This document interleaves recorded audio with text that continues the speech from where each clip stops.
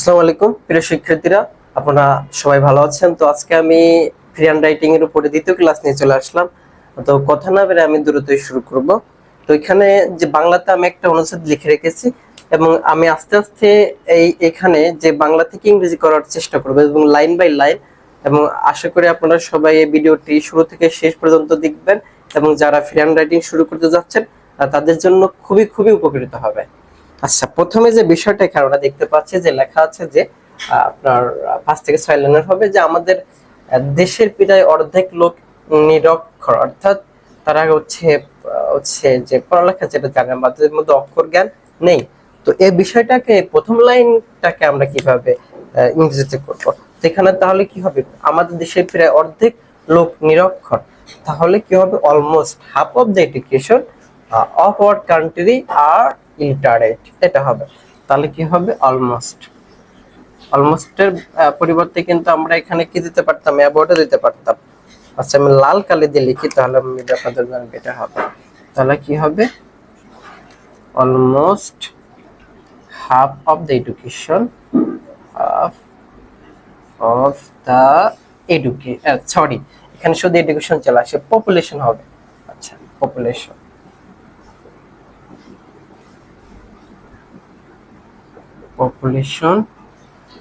Of our country, আমাদের দেশের। আমরা জানি হচ্ছে আপনার র হলে ওখানে অফ হয়, র এর পরিবর্তে ইংরেজিতে অফ হয়। আচ্ছা, half of the population of our country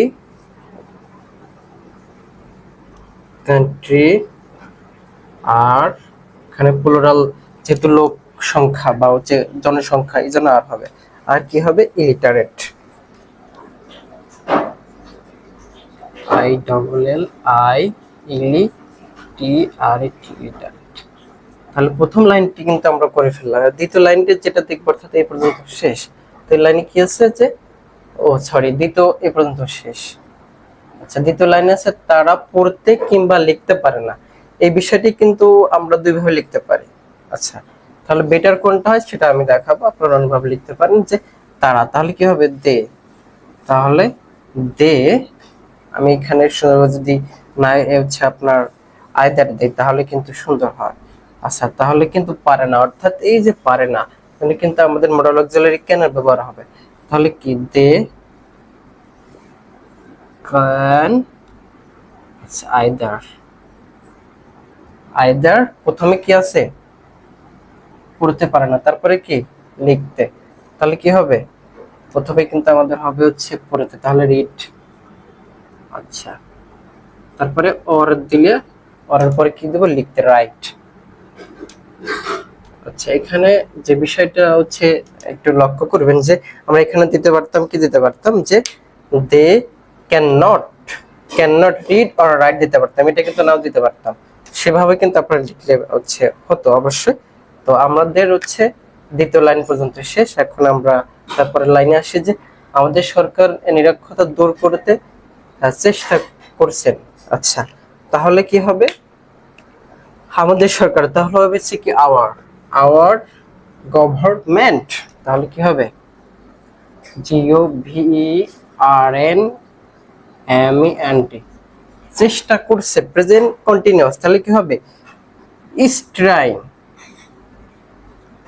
trying কি দূর করতে, আচ্ছা কি দূর করতে চেষ্টা করছে, আচ্ছা নিরক্ষর, তাহলে কি হবে, ইলিটারেসি। তাহলে hour government is trying.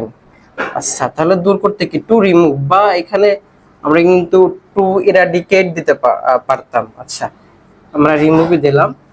Two plus verb কিন্তু ইনফিনিটিভ বলে আমি পূর্বেই বলেছি। তাহলে কি, hour government is trying to remove হচ্ছে কি, দেখেন, দূর করতে চেষ্টা করছেন। তাহলে কি হবে, আমরা কিন্তু বলেছি যে hour government is trying to remove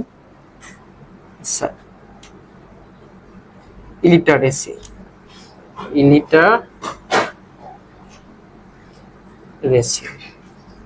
আচ্ছা, তাহলে আমরা এই পর্যন্ত করছি। আচ্ছা, এরপরে কি আছে, আমাদের শিক্ষার হার বৃদ্ধি পাচ্ছে বর্তমানে। তাহলে এখানে কিন্তু একটা অ্যাডভার্ব ব্যবহার আছে, বর্তমানে। তো এটা জানেন, এটা আমাদের ইংরেজিতে যেটা লিখবো অ্যাট প্রেজেন্ট, অথবা রিসেন্টলি লিখতে পারেন আপনি, at present, PRESENT। At present, বর্তমানে। আচ্ছা, আমাদের শিক্ষার হার হচ্ছে বৃদ্ধি পাচ্ছে, তাহলে কি হবে?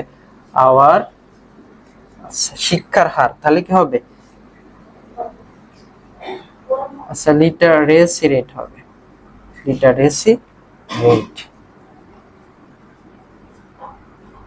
ইজ ইনক্রিজিং হবে।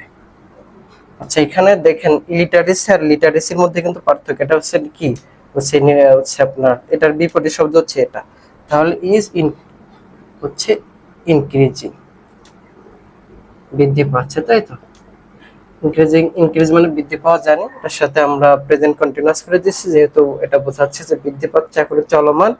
লাস্টে দেখেন কি আছে, যে এটা আমাদের জন্য এটা আমাদের জন্য খুব ভালো সংবাদ, অর্থাৎ এটাই যে এটা অনেকে পারেন। এখানে কিন্তু আমাদের ইন্ট্রোডাক্টরি ইটের ব্যবহার হবে, তাহলে কি হবে? ইট